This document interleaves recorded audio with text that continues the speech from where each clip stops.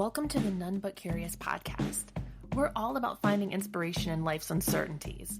Whether you're still figuring things out, questioning your beliefs, or just curious about the world, come hang out with us as we celebrate the beauty of not having all the answers.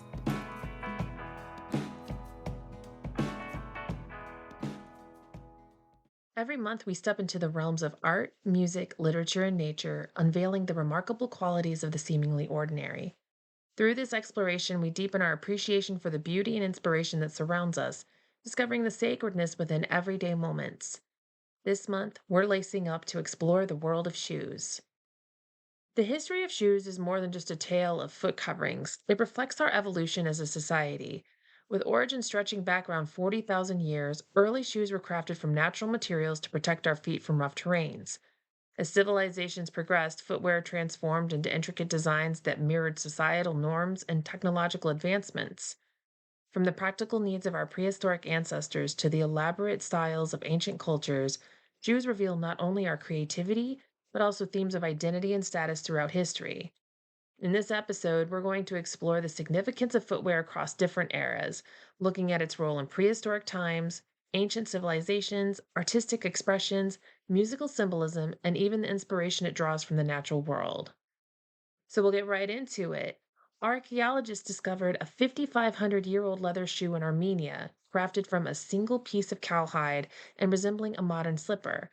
This artifact demonstrates the ingenuity of early humans, highlighting the advanced tanning techniques they used for that period. Rarely preserved due to degradation, this shoe survived thanks to layers of sheep dung that sealed it in a pit. It likely served to protect the feet in rugged terrain filled with sharp stones, while also helping individuals adapt to extreme temperatures, from 113 degrees Fahrenheit in the summer to below freezing in the winter. In ancient Egypt, footwear was often a sign of social status. Sandals made from papyrus, palm leaves, and leather were commonly worn by the wealthy, while the lower classes often went barefoot.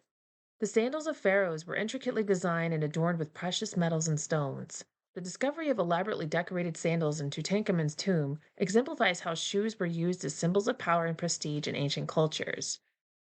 Greek sandals were designed for both comfort and style, usually made from leather with simple, elegant designs. Wealthier Greeks often added intricate details and valuable materials to show off their social standing. On the other hand, Roman soldiers wore caligae, tough hobnailed boots built for durability and support during long marches. These boots weren't just practical, they also became a symbol of Roman military strength.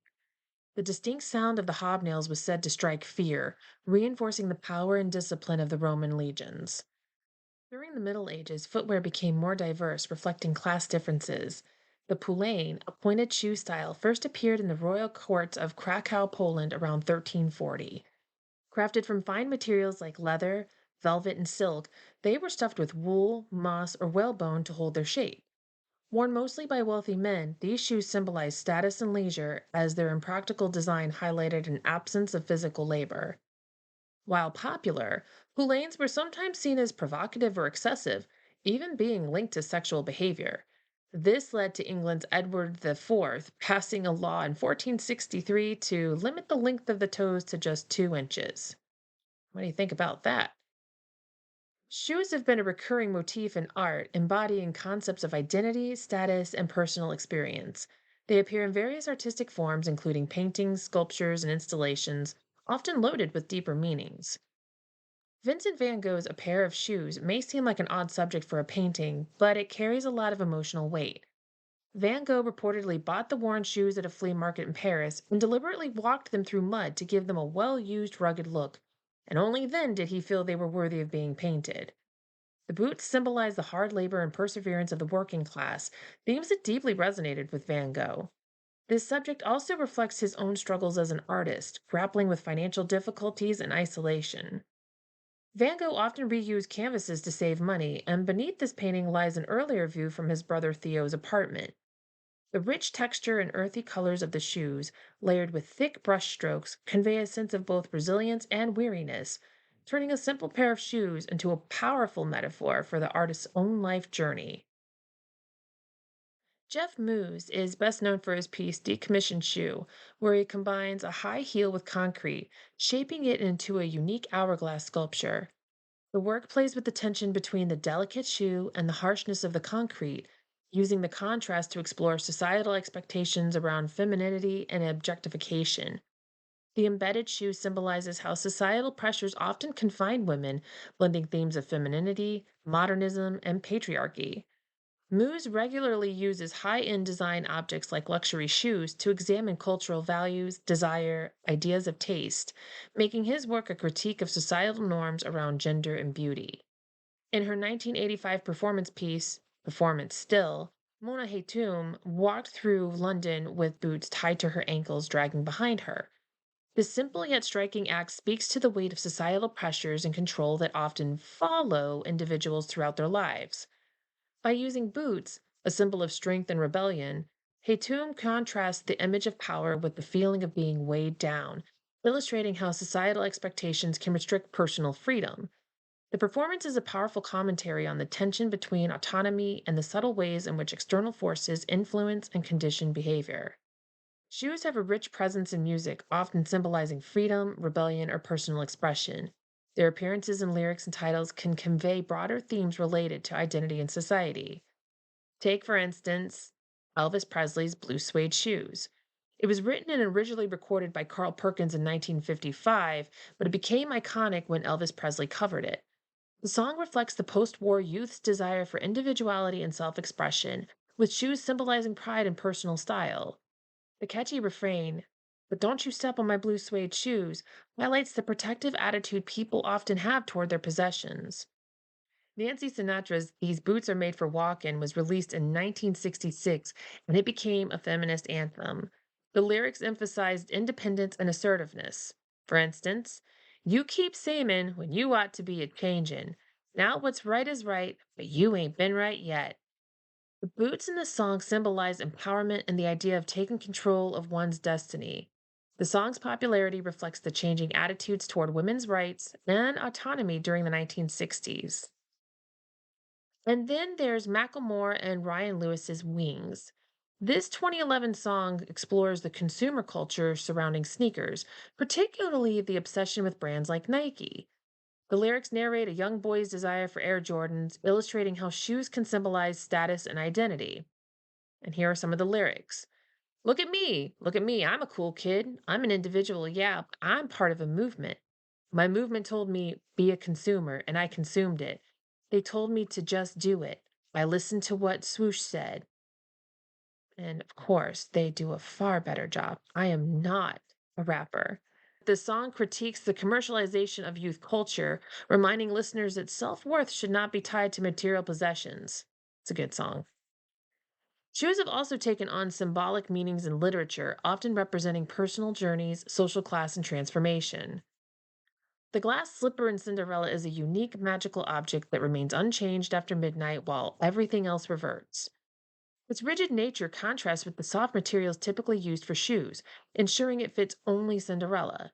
Despite its impracticality, glass would break under pressure. It serves as a crucial plot device, helping the prince identify Cinderella.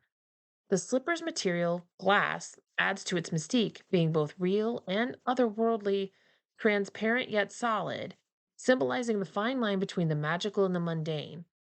Its permanence, unlike the other magical transformations, makes it central to the tale's resolution. Have you ever really thought about that?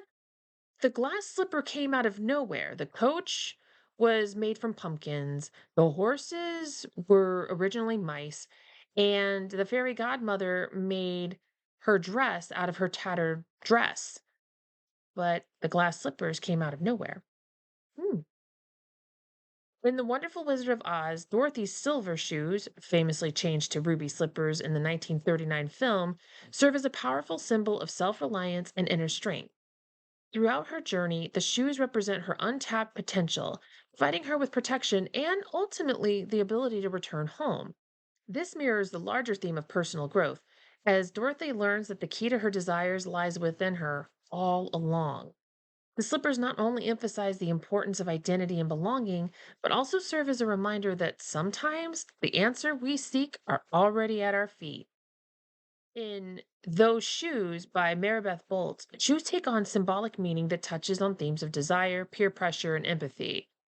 This is a children's book where the main character, Jeremy, yearns for a pair of trendy shoes that everyone at school seems to have, representing his longing to fit in and be accepted. However, the shoes also symbolize the difference between want and need, as Jeremy and his grandmother can't afford them, also highlighting themes of financial struggle and personal values. When Jeremy ultimately gives the shoes to a friend in need, the story shifts and the shoes become a symbol of generosity and compassion, teaching the importance of kindness over material possessions. While shoes are man made artifacts, nature has also inspired designs that resemble footwear, as well as naturally occurring items that serve similar purposes or named after shoes. The lady slipper orchid relies on specific bees that are drawn to its pouch like shape. When a bee enters, it temporarily gets trapped, which helps with pollination as it brushes against the orchid's reproductive parts while escaping. Interestingly, the seeds of the lady slipper orchid are tiny and depend on a certain type of fungus in the soil to grow. This relationship is crucial for the orchid's survival as it relies on the nutrients from the fungus during its early life. There are over 50 species of lady slipper orchids around the world, each with its own shape, color, and habitat. And sadly, some of these species are threatened or endangered due to habitat loss and overcollection. And let's meet the slipper lobster. These creatures feature flattened bodies that allow them to hide effectively in crevices and under rocks, providing protection from predators. Unlike true lobsters, slipper lobsters lack large claws. Instead, they have small paddle like antennae that aid in navigating through the water. They communicate by making drumming sounds with their antennae against their shells, which signals various behaviors, including courtship and danger. Then there's the booted racket tail hummingbird, and it's known for its unique tail feathers, which look like small paddles. These feathers are essential for males when they perform elaborate aerial displays to attract females. The hummingbird is found only in the cloud forests of the Andes in Colombia and Ecuador, making it especially unique. But because it has such a specialized habitat, it's also sensitive to environmental changes. The colors of the booted racket tail can vary significantly. Some have bright greens and blues, while others have more muted tones that help them blend into their surroundings. And since this is a podcast about shoes, you're going to have to look at the picture I share in our Facebook community of these birds because they have white feathers on their feet that look like little boots. They're teeny tiny boots. So the evolution of shoes goes beyond changing styles. It reflects the journey of humanity itself. From the earliest protective designs to modern artistic interpretations, footwear has continuously adapted to meet societal needs and cultural expressions. Shoes symbolize more than just functionality. They carry meanings related to status, identity, and personal stories that resonate in art, music, and literature. Additionally, the connections drawn between man made footwear and natural forms like the lady slipper orchid and the booted racket tail hummingbird highlight the intricate relationship between nature and human creativity. As we delve deeper into the cultural significance of shoes, we uncover valuable insights into our own identities and the ongoing narrative of human experience, reminding us that even the simplest of objects can hold profound meanings. So tell me, what do your shoes say about your own journey and the identity you want to express to the world? I'll share my story, and you can share your story with our None But Curious Facebook community. And if you like this episode, subscribe to the None But Curious podcast and give a review so that others like you can find it. And until next time, continue finding magic in the mundane.